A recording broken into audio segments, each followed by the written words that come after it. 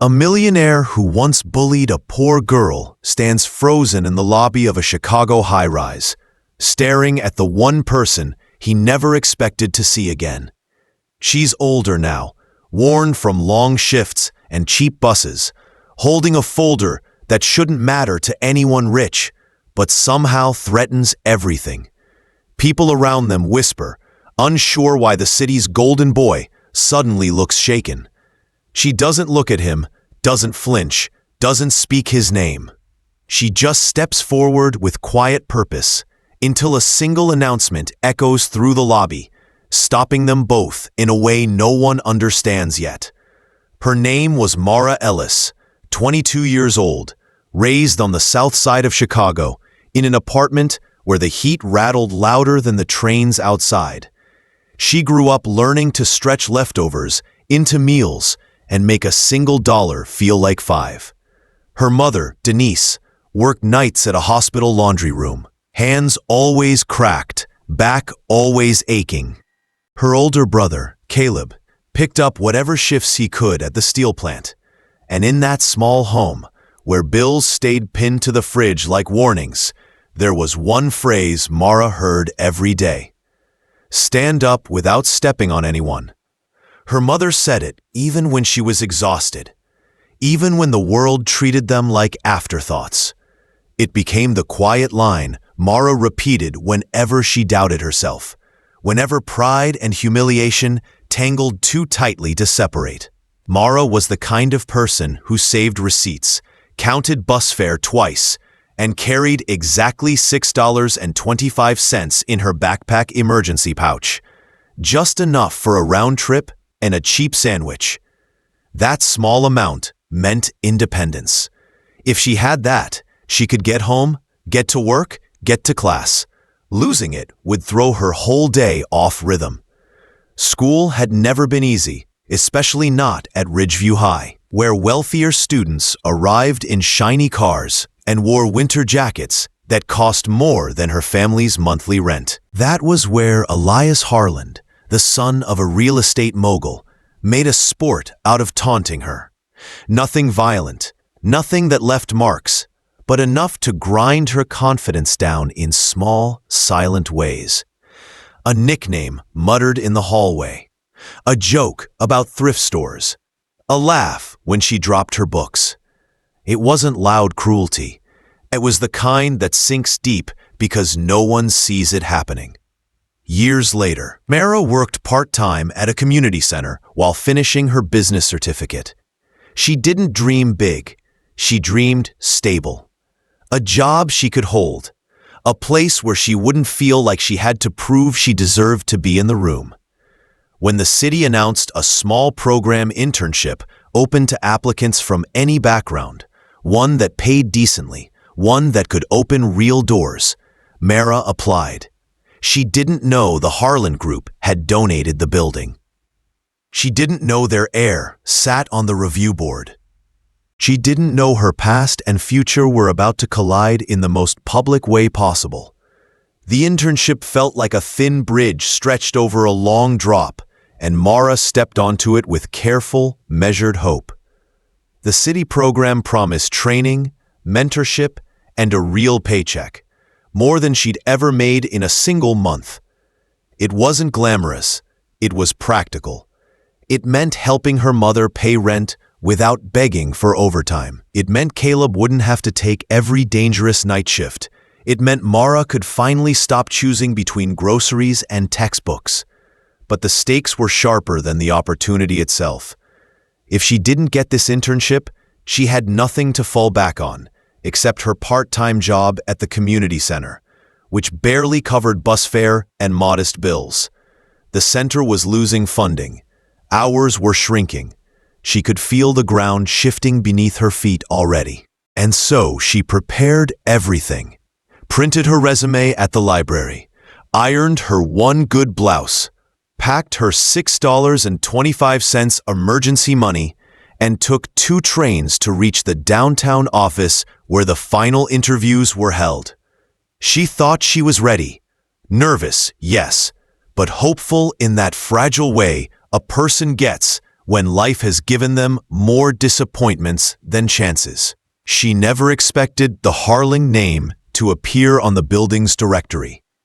Mara arrived 15 minutes early, clutching her folder like it was the only steady thing in the glass and marble world around her.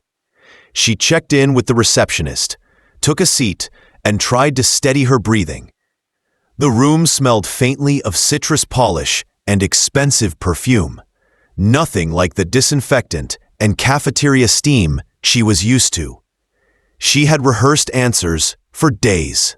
She had mapped out bus routes, timed her commute, even skipped breakfast to keep her nerves still.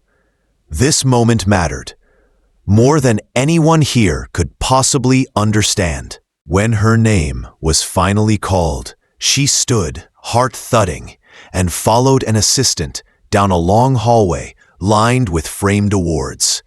And there, stepping out of a conference room with a team of executives, was Elias Harland.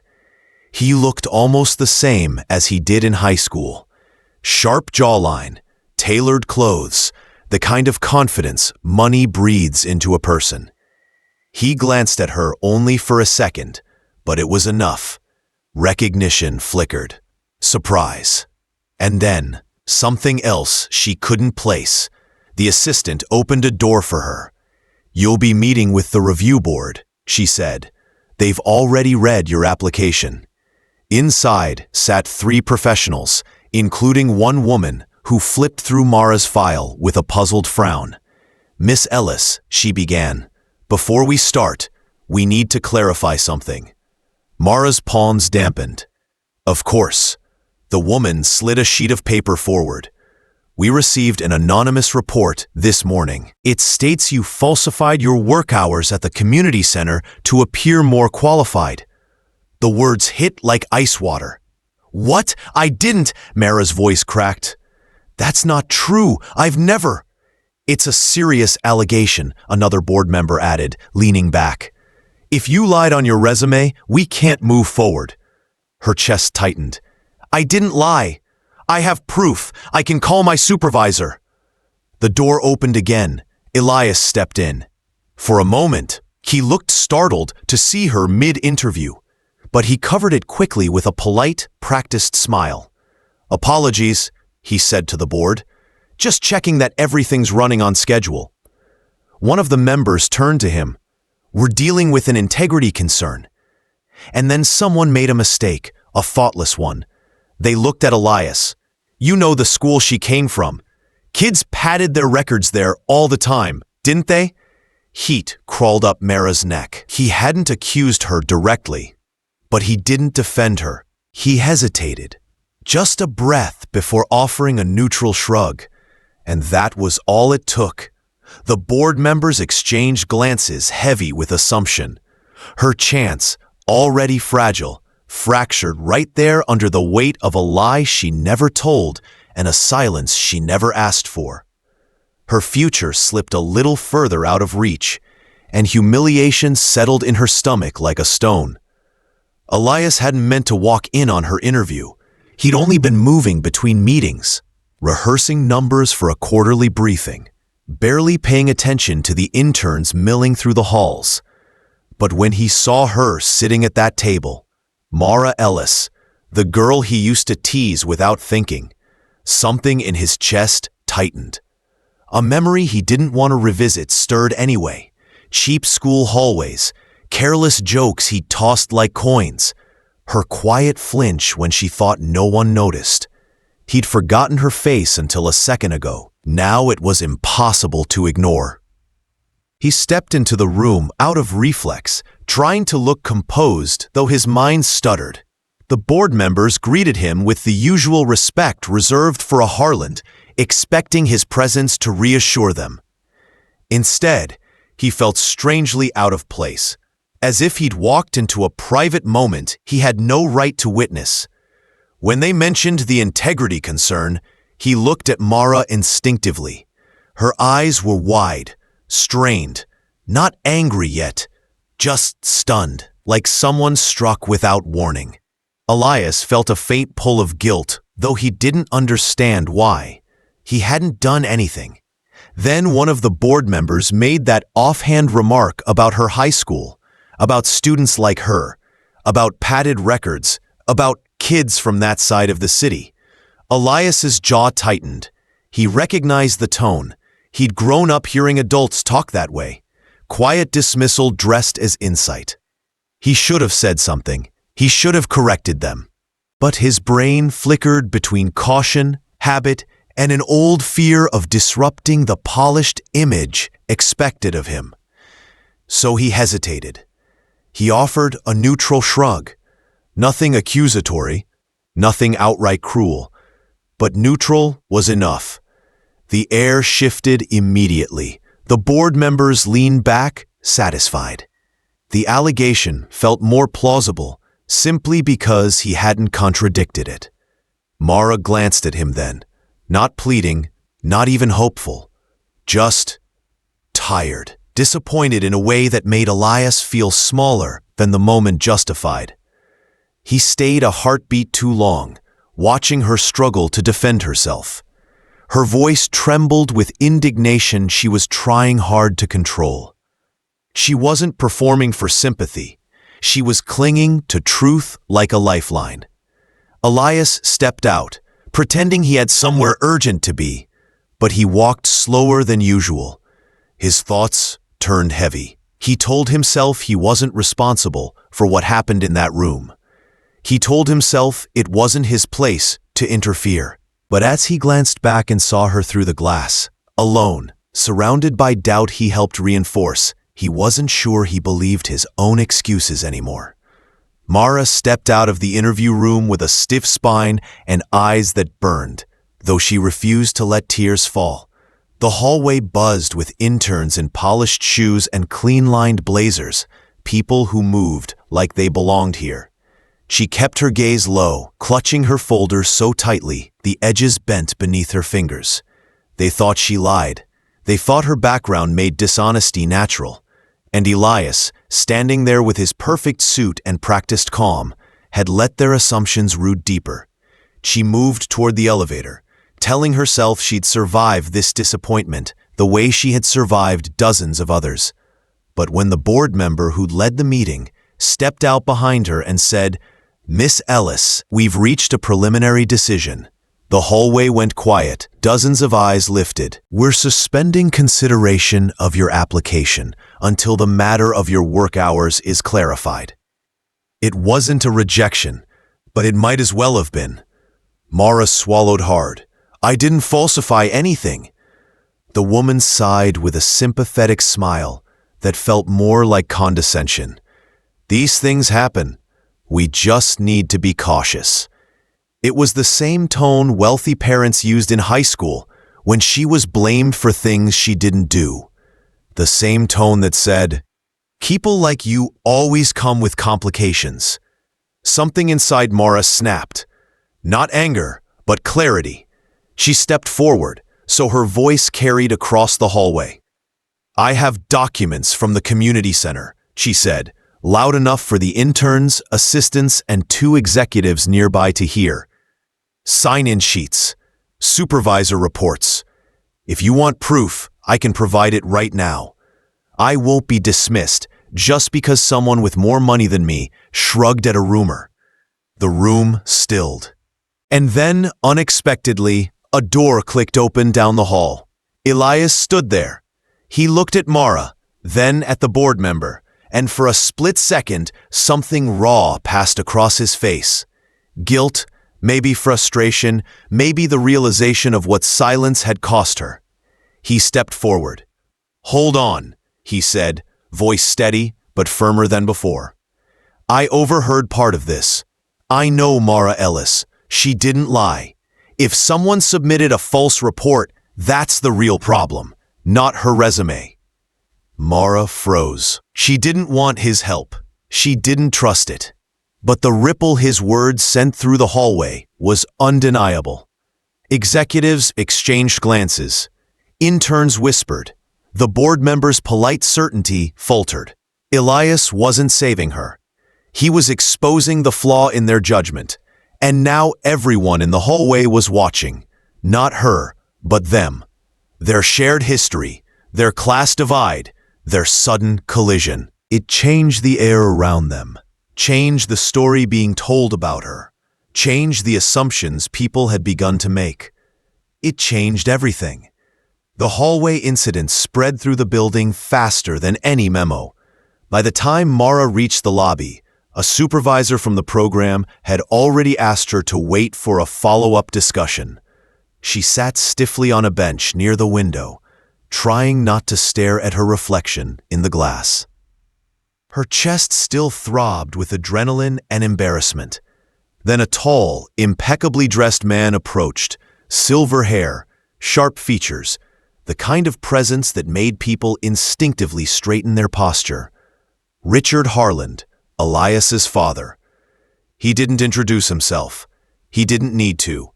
I heard there was an issue upstairs. I also heard my son decided to insert himself. Something in his tone made the lobby feel colder. Mara kept her back straight. He told the truth. That isn't an issue. Richard studied her like she was an unexpected variable in a perfectly designed equation. Miss Ellis, let me be direct. This program is highly competitive. We aim to select candidates who won't cause disruptions. Today, you became the center of one.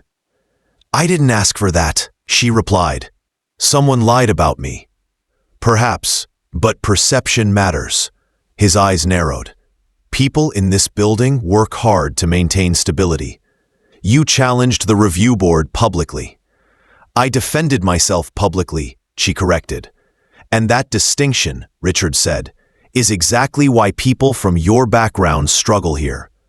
The words hit hard, not because they were new, but because they came from a man who controlled entire blocks of the city. Before she could respond, another. Dad, Elias walked up, tension tight across his jaw. He didn't look at her. He looked only at his father, shoulders squared in a way that suggested he already expected to lose this argument. Richard didn't turn. You should be in the conference room. I will be, Elias said. But first, what happened upstairs wasn't her fault. A false report came in. We should investigate that, not punish someone who followed every rule. There were better ways to handle it, his father replied. You undermined the board. I corrected a mistake, Richard's tone sharpened. You embarrassed this company. And you're embarrassing yourself, Elias fired back quietly. You're proving exactly what everyone thinks, that we only want interns who fit your idea of acceptable. The lobby fell silent. Mara felt the weight of their world pressing in. Money, reputation, family power. Elias stood inside it. She stood outside it. Yet here they were, drawn into the same conflict. Richard finally looked at her, not with respect, but with calculation. You may continue in the evaluation process, he said, but understand this clearly. We do not tolerate instability. Mara lifted her chin. Then stop mistaking honesty for instability. For the first time, something flickered in Richard's eyes. Surprise, maybe irritation, maybe respect he'd never admit. But he said nothing else. He turned and walked away, leaving Elias and Mara standing in the middle of a lobby that smelled suddenly of tension and old wounds neither had fully named. The lobby slowly returned to its usual rhythm, phones ringing, heels clicking, conversations drifting. But Mara felt like she was standing inside a vacuum. Her pulse pounded in her ears, drowning everything out. Elias lingered nearby, shifting his weight like he wasn't sure whether to approach or disappear. She didn't give him the choice. Why did you do that? She asked, keeping her voice low but firm. Elias looked thrown. Do what? Step in, make some kind of statement, whenever that was. He rubbed the back of his neck. Because it was the right thing. They were making assumptions. No. Mara's voice sharpened. You did it because you felt guilty, and guilt isn't charity, Elias. It doesn't fix anything. His jaw tensed. I wasn't trying to give charity. You stood there in that interview room and said nothing, she said, anger rising like heat under her skin. One person implied I might be lying, and you let them think it was normal. Then suddenly you swoop in afterward to help when half the building is watching? Elias exhaled slowly. I hesitated, okay? I'm not proud of it. But I came downstairs because it made you uncomfortable to watch, she cut in. Not because you cared what happened to me. That's not fair. It's honest. He stared at her, frustration flickering. You don't know what it's like in those rooms, Mara. Every word gets dissected. If I push too hard, then maybe say nothing, she snapped. Silence hurts, but false heroics hurt more. Elias flinched. Not dramatically, just a small tightening of the eyes that told her he'd hit something real. He stepped closer. I didn't mean to make you feel small. You didn't, she said. You just reminded me of where you stand and where I don't. For a beat, neither spoke. People walked around them, pretending not to listen. Elias finally said, You're right about one thing. I acted out of guilt, but not the kind you think. Mara folded her arms. Then what kind? He swallowed. I remember high school. I remember how I treated you. And today, I realized I haven't changed as much as I thought. She didn't soften. Not yet. The old wounds were too close to the surface. I don't need an apology, she said. And I don't need you to fix anything for me. What I need is space to stand on my own. Elias nodded once, quietly. Then I'll give you that. But as he turned to leave, Mara's voice stopped him. Just don't speak for me again. Not unless I ask. His shoulders dropped slightly. Whether from relief or regret, she couldn't tell. Understood, he said. And then he walked away, leaving Mara alone with the echo of anger, shame, and something unsettlingly close to understanding, gnawing at the edges of her chest. 2 days later, Mara received an email from the program's coordinator. She'd expected a quiet rejection, something polite and packaged. Instead, the subject line read, Next step, team assignment. Her stomach tightened as she opened it. The message explained that, due to the volume of applicants, candidates would complete a trial project in small teams. Performance, communication, and initiative would determine who advanced. Then she read the final line. You have been paired with Elias Harland as project lead. For a moment, she could only stare. The universe, it seemed, had a bitter sense of humor.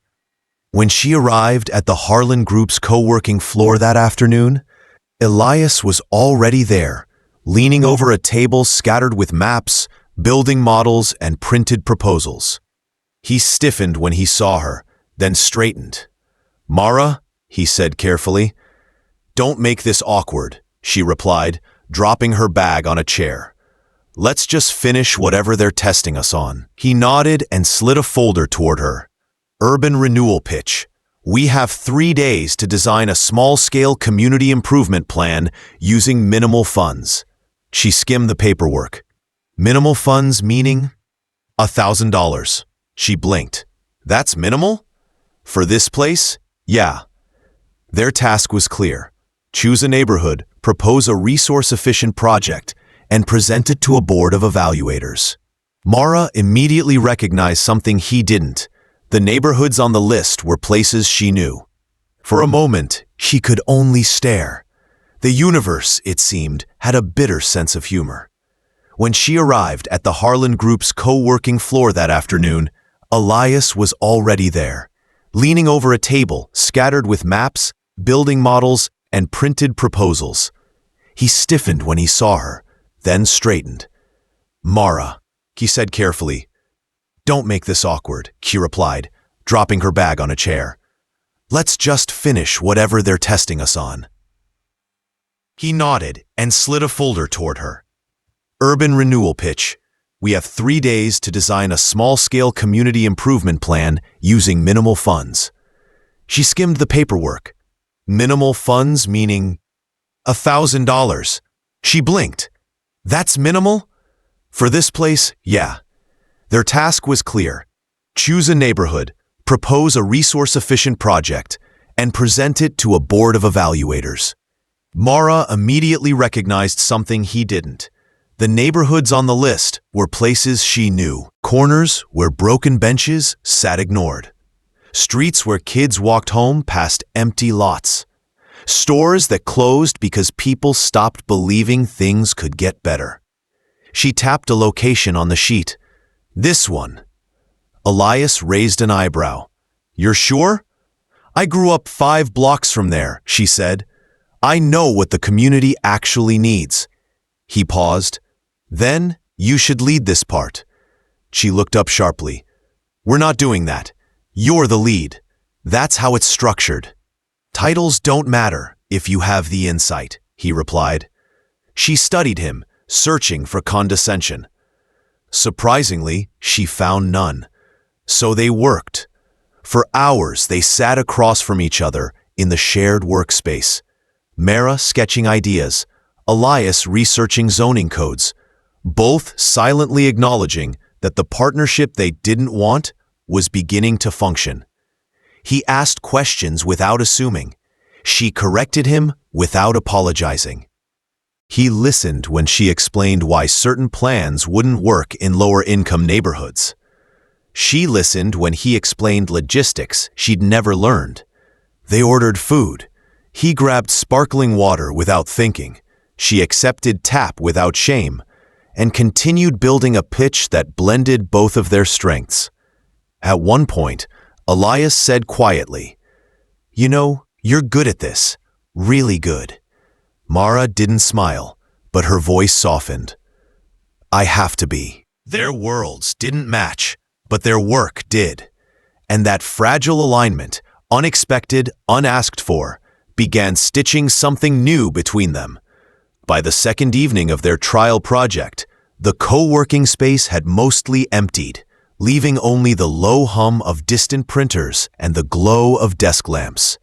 Mara and Elias sat across a large table, strewn with sketches, budget notes, and photo references of the neighborhood they'd chosen. Exhaustion pulled at both of them, but neither seemed willing to stop. Mara rubbed her temples.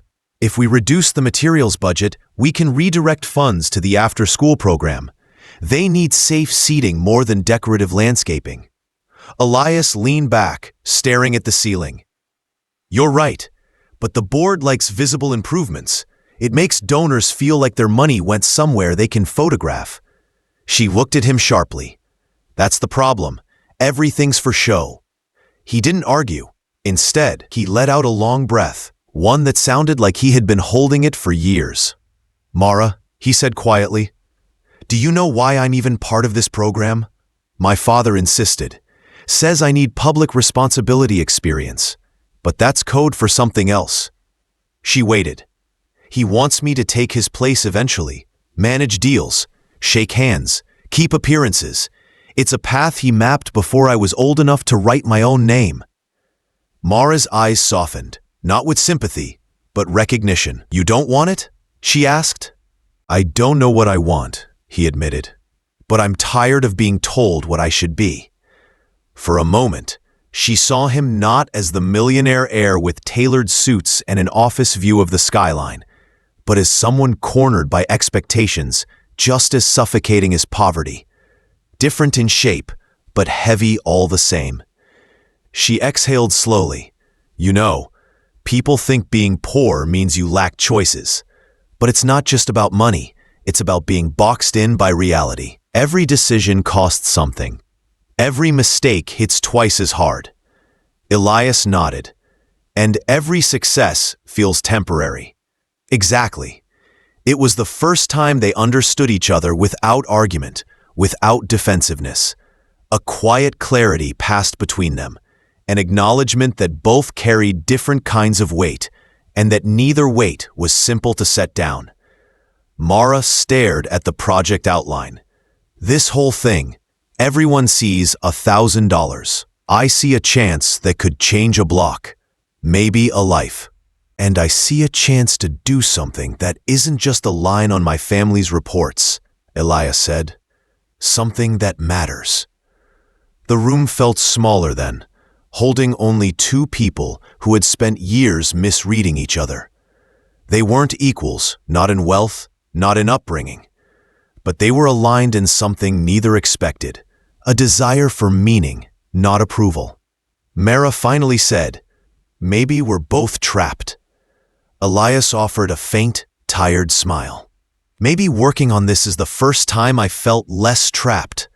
For once, she didn't pull away from the softness in the moment. "We finish this," she said, "and we do it right." "Together," he agreed. "Not as charity, not as an apology, not as penance.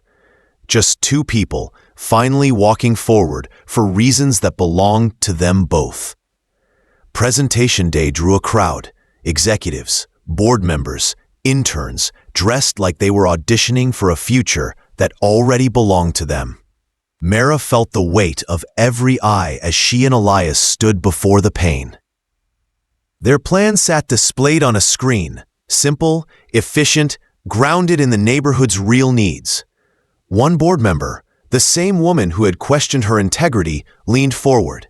"Miss Ellis, your work hours, were they ever verified?" Before Mara could speak, Elias stepped forward. "They were," he said. "I contacted the community center director personally. The report submitted against her was false. Someone tried to sabotage her application." A ripple went through the room. And Elias continued, "This project's strongest ideas came from her lived experience, not from theory, not from privilege, from understanding what communities actually need." The room shifted, subtly but unmistakably, a reversal of the unspoken hierarchy that had defined her since she walked through the doors. Mara felt the panel's attention settle on her, not with suspicion, but with respect. Earned, undeniable. She didn't thank Elias. She didn't need to. She simply met the board's eyes, unflinching, and said, "The truth matters. So does who gets believed." That was the moment everything changed. A week later, Mara stood again in the same lobby where everything had begun, where whispers clung to her, where doubt had almost swallowed her whole. The marble floors looked the same, the polished air just as cold, but something in her felt steadier, stronger, as if the ground beneath her feet finally recognized she had a right to stand on it. She held a small envelope in her hand, unopened, though she already knew what it contained. When the program coordinator appeared with a relieved smile, the truth became real. "Mara," she said, "congratulations. You've been selected. Not out of pity, not because of Elias, because of the work she had built, the vision she fought for, the truth she defended." Mara thanked her, then stepped aside, letting the moment settle quietly. She reached into her backpack and brushed her fingers over the familiar crinkle of $6.25, still tucked in the emergency pouch. She didn't need it today, not to get home, not to anchor her. Its meaning had changed. It wasn't survival money anymore. It was a reminder of where she began and how far she had climbed without stepping on anyone. Elias approached from across the lobby, hands in his pockets, expression calm. Not triumphant, not apologetic, just present. "They told me you got it," he said. "I did. You earned it," he replied simply. For the first time, she believed he meant it without a shadow of guilt behind the words. She lifted her chin. "I'm still keeping my distance." "I know," he said with a faint smile. "But if you ever need a collaborator or an ally, I'm here, no strings." Mara nodded once, not acceptance, not rejection, just understanding. As she walked toward the exit, the same door she'd entered trembling days before, she whispered her mother's creed under her breath. Stand up without stepping on anyone. This time, it felt less like a wish and more like a truth she had grown into. And when the doors opened to the Chicago street, the cold air hit her with something that felt very close to freedom. Some stories don't end with grand victories or dramatic embraces. Some end in quieter places, where dignity is reclaimed, truth stands taller than pride, and two lives change not through love, but through understanding. Mara didn't rise because someone rescued her. She rose because she refused to let a lie define her future. And Elias learned that real strength isn't inherited, it's chosen. If this story made you pause, reflect, or feel something real, make sure to like, subscribe, and share it with someone who might need it. More stories like this are coming. Stay with us.